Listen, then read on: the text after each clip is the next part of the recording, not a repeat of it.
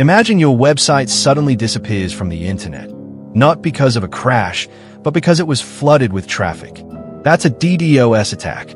Today we'll explain what DDoS is, why attackers do it, and how organizations defend against it. What is a DDoS attack? DDoS stands for Distributed Denial of Service. It's an attempt to make an online service unavailable by overwhelming it with traffic from many different sources.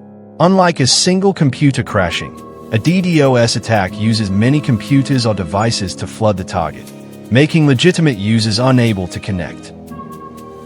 Why attackers launch DDoS? Attackers use DDoS for multiple reasons: to make a political or criminal statement, to extort money, to distract offenders while other attacks happen, or to damage a competitor. Sometimes it's ideologically motivated, other times purely financial.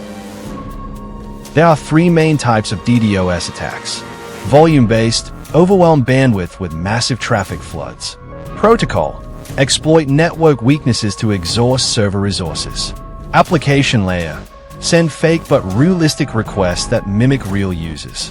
Each targets a different layer and needs a unique defense. Real-life example. One major real-world DDoS incident hit on October 21st, 2016, the Dyn Attack.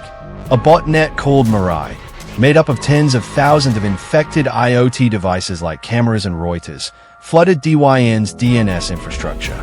Because Dyn provides name resolution for many big sites, services like Twitter, Netflix, Reddit, and large news sites became unreachable for millions of users across the US and Europe. The attack showed how poorly secured Internet of Things devices can be hijacked to disrupt widely used online services. It wasn't a single website knocked offline. It was the plumbing of the internet that was attacked, which caused widespread outages and public confusion. How victims detect a DDoS. Early detection matters. Common signs include sudden spikes in traffic, lots of requests from unusual IP ranges, poor performance for many users at once, or specific services becoming unreachable. Monitoring tools and dashboards will show abnormal patterns quickly. How organizations defend and mitigate. Defending against DDoS is multi-layered: traffic filtering at the network edge, rate limiting to slow abusive clients, using content delivery networks, CDNs, to absorb and distribute load, and having an incident response plan.